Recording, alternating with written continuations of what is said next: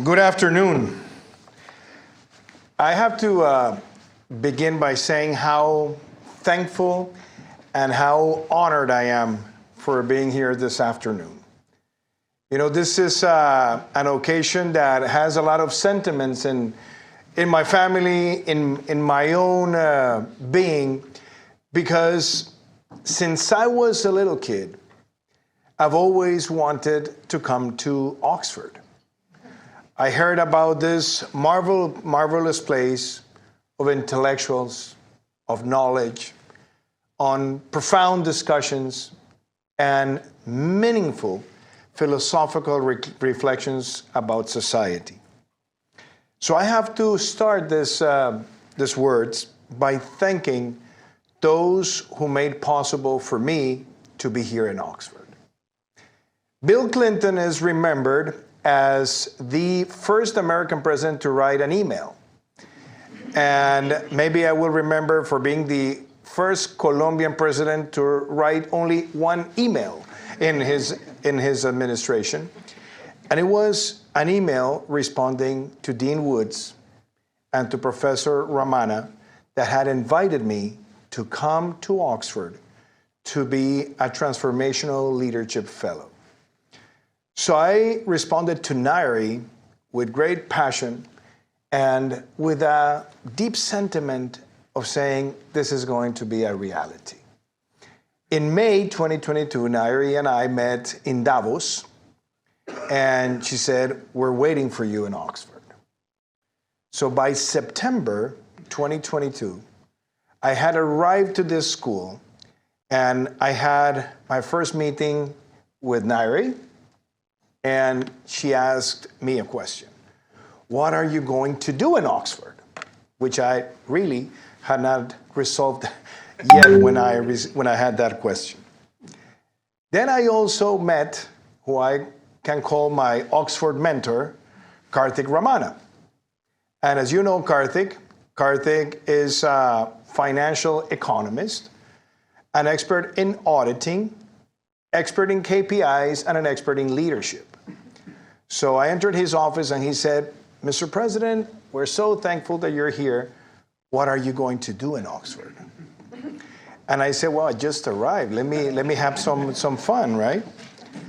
So these two great human beings that I met really helped me transform my life and understand the value of academia and that combination of being a practitioner and still being in love with knowledge and with the sentiment of trying to seek new answers to the questions that we had and that we still have.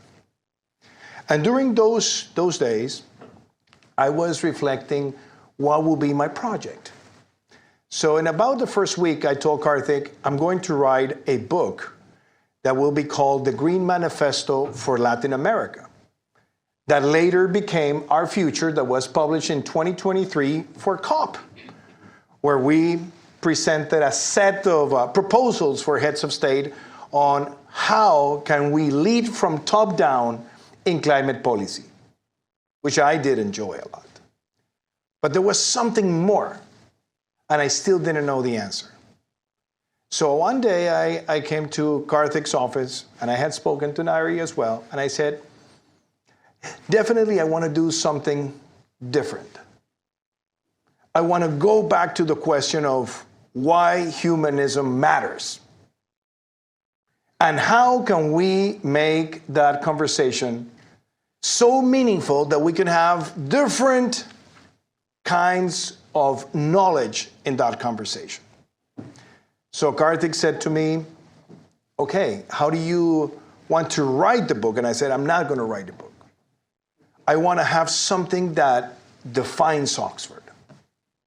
I want to have a conversation with meaningful professors from different fields of knowledge on the future of humanism." And that's how this project began. I remember that after my first week in Oxford, Karthik said to me, "I have some proposals on people that you should meet." And I got my first appointment with Professor Sultan Munar. Sultan is an expert in neuroscience, and he got this call from a professor of the School of Government saying a former Colombian president wanted to interview him. So imagine for a neuroscientist, what could that mean? And he's an expert in the study of the brain, and maybe he said, well, it might be a good opportunity to study the brain of a Colombian politician. So I arrived to Sultan's office, and he's also an admirer of tennis. So his office is fully decorated by old tennis rackets. And we started having a conversation about the brain. And he gave me a beautiful phrase that is here in this book that says, humanism begins in the brain. And that defines the uniqueness of us as a species. An organ that can tell us the difference between good or bad, that defines our moral compass. And that conversation was so profound and so inspiring that triggered on me just the willingness of continuing my next conversations. I had the privilege of meeting Noel Sugimura. And then I went to Noel's office. And Noel is one of those persons that can recite from beginning to the end full paragraphs of Paradise Lost, talking about John Milton, his impact in humanities, his impact in literature, and how literature also defines us as a species, passing the written word from generation to generation. And then I discovered that this great professor, expert in John Milton, was a big fan of Gabriel Garcia Marquez. So we talked about magical realism. And we talked about how literature can contribute to make us more conscious and more focused on how can we impact society. I then had the privilege also to meet Professor Wolf, who was a legend and who's still a legend in this school. Because Joe is more than a philosopher. He's a thinker. And we met and had this amazing conversation from Marx to Machiavelli. And we talked about the morality of politics, the ethics of politics. We talked about the difference between good and bad in terms of political thinking. And that conversation also was very inspiring because it gave me the ammunition, the intellectual ammunition, to start asking more questions about the practicality of government and service. And when I had my conversation with Nairi focused a lot on the role of the schools of government in how to train the students to be practical in their decision making, to rely on evidence, to be trustful to the rule of law, but at the same time, to do not lose idealism. What a great conversation, Nairi. And you told me that day that I should meet the head of the Humanities and Social Science Department. So I went to Tim Power's office, who's also here with us. And Tim has this amazing combination of being a great scholar, a great rocker. He has a rock band, and he is a very knowledgeable Brazilian expert. So we talked about so many matters about Latin America that also reflected in this book. And Karthik Ramana told me, when you meet Tim Power, ask him about what can Brazil show the world in terms of humanism. So we talked from Jorge Amado to the music of Caetano Veloso, to those movements that also define cultural ascent in Latin America. And I was invited to meet Professor Eugene Robin. Eugene had written a book that I had bought years ago called The Arabs.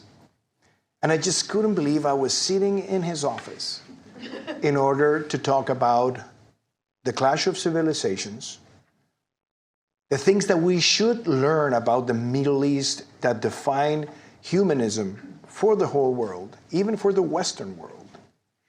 And how can we try to use humanism to solve many of the challenges in the Middle East?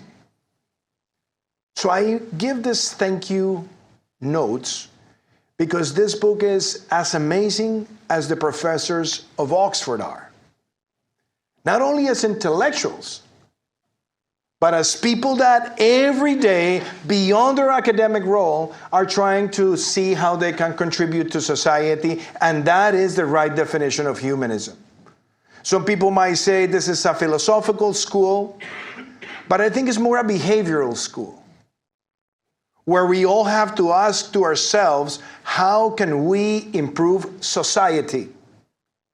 How can we change the life of others, and how can we be tolerant, respectful, and allow to create bridges when it comes to ideological or even debates or practical debates? How can we build bridges on ideological divides, social divides?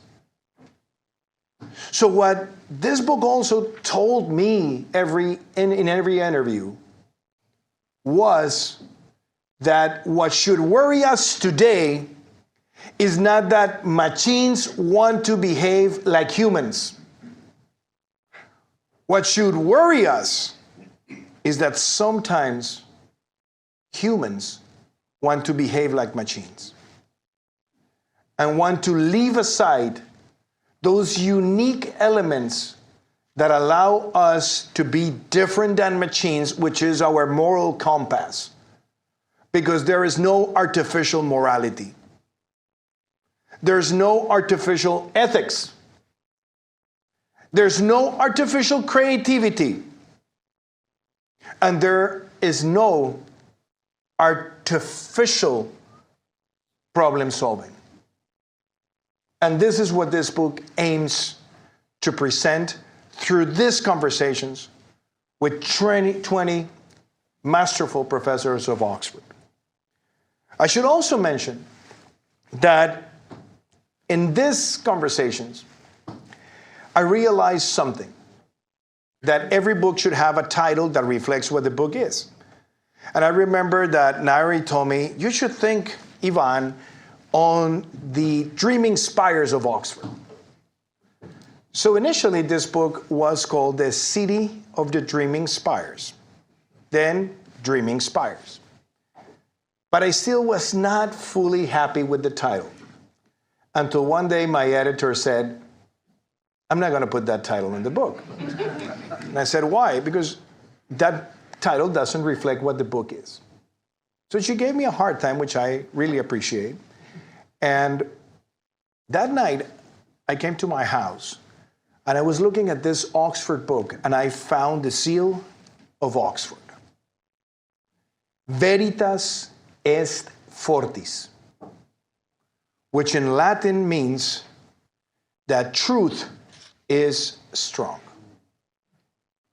And humanism is the seek of truth. Is to seek truth with a moral compass. And it gave me the idea that in times of AI, we should focus on HI, humanistical intelligence. Let's push to be more humanistically intelligent. Let us seek knowledge. Let us be defeated by arguments. Let us find together solutions among differences. And let us also enjoy disagreement. Because we live in times where, at least in some of the politics that surround us, there's no room for difference. There's no room for consensus building. And I think this book presents, through the eyes of these professors, great answers to the biggest and most profound challenges of our time. I also have to thank today the friends that are here that have also helped me achieve this book. Felipe Coral, my chief of staff, who's here in the back, who was with me in every interview and helped me record and record many of these interviews. My friend of life since I was 12 years old, Oscar Castaño, that came from Panama, very recognized journalism, who won the Simón Bolívar Prize in Colombia and many of the prizes in Panama. And he wanted to be the editor. So I really enjoyed having Oscar having conversations with me on all of these interviews, with the sadness that the editorial said to us, it all adds to more than 800 pages, so you better bring it to 400. So that could have not been possible without Oscar's support. I also want to thank Javier Cremades and Arancha, who came from Spain, who are joining me today, because in our friendship, we've discussed a lot about the power of humanism. Javier is a very important lawyer and a jurist, and he heads the World Jurist Association. So thank you, Javier, for being here. Rolando is the president of one of the most important universities in Colombia, Universidad de La Sabana. And we also share a passion for humanism. He invited Karthik to come to Bogota and present his book in Spanish, which for Karthik was a bit of a challenge, but I must say it went well. We made it happen. And my love for the UK would not exist without a friend like Zach Goldsmith, who's here, Lord Goldsmith. One of the great humanistic leaders that I met during my time in office, who was Minister for the Environment in the UK, and he came to Colombia and supported us in our protected areas strategy, supported us in our climate policies, supported us in circular economy, and was a believer that Colombia had a story to be told. Thank you so much, Zach, because when I told you about this project, since day one, you cheered for the project to be finished. So I would really, really appreciate.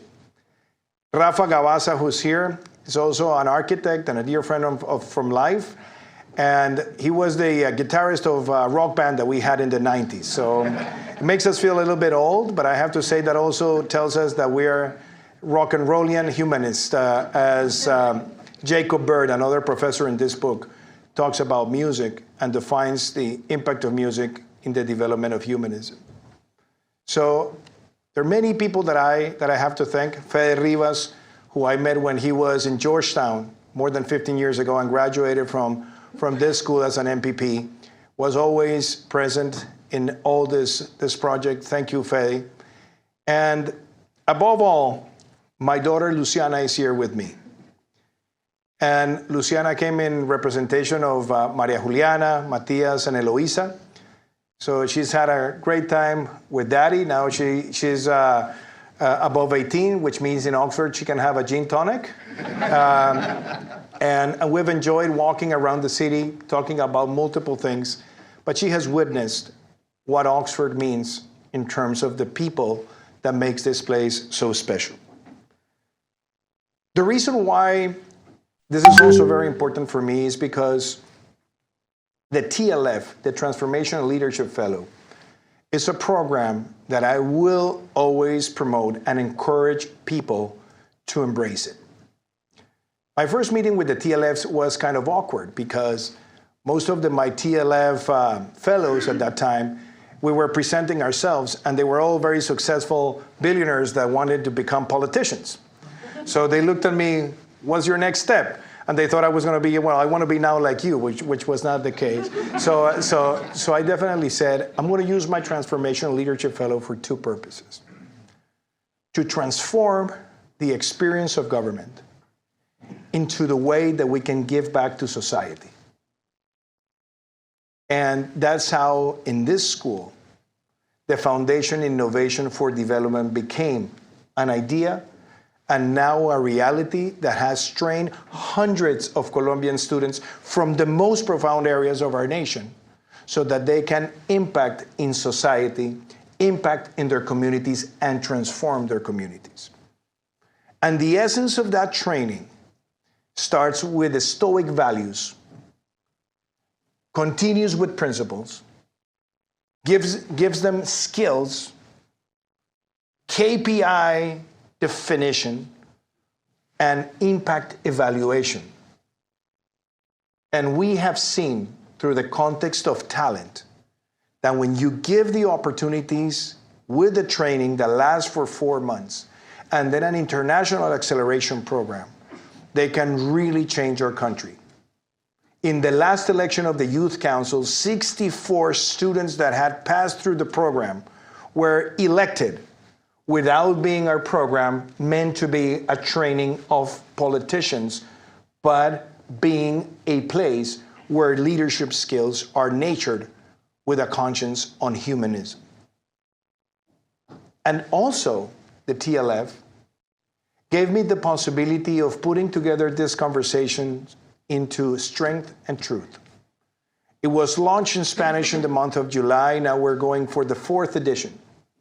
And now we have the 1st edition in English. The first thing I learned in Oxford is that you have to be very humble in this place because everything has been already discussed. And Karthik gave me that first advice because he said that when he came from Harvard, he was invited to this meeting and he said, I have a great idea. So he shared his idea and someone says, wow, that sounds great. But it was first discussed in Oxford in 2015, in 1215. That happens in this place. Many things have already been discussed. But then I asked, has a Colombian head of state or a Latin American head of state ever written a book of conversations with Oxford professors on the future of humanism? And he said, no, we don't recall that. So I would say with humbleness, we wanted to make an innovation. And the innovation that we want to share with you today, and I encourage you all to read it, is that you will see your professors, people you know, people that you share life with, that are giving us essence for life in order to make the world a better place. Professor Tom Hale, who's here with us, was also part of this book. He now runs the MPP. And Tom had a conversation on climate policy. And that conversation was very important because now it seems that people are backing away from climate policies just because for some it's not the flavor of the month. Well, we should not allow ourselves to shy away from the most challenging subject of our time. And I think there are many conversations about this in this book. So, what Strength and Truth does with humbleness is to invite the reader, which can read the book from the place they want to the place they want to be. It's not a sequence of interviews. You can start from interview 18, then move to 1, then move to 7, as you like. But at the end, you will find one simple answer. If we don't defend humanism, we will lose liberty, we will lose democracy, and we will lose the essence of why we're here in a place like Oxford. And I also want to thank former Prime Minister Tony Blair and former President of the United States, Bill Clinton.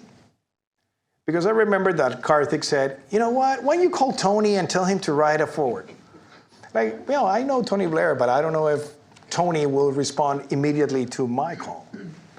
So I called him and I sent a message and I sent a copy of the book. And immediately he said, I will write the foreword. Very British written, precise, with the right words and with the right inspiration. And President Clinton wrote a blurb that is here in the back of this book. Both came to Oxford. Both were inspired in Oxford.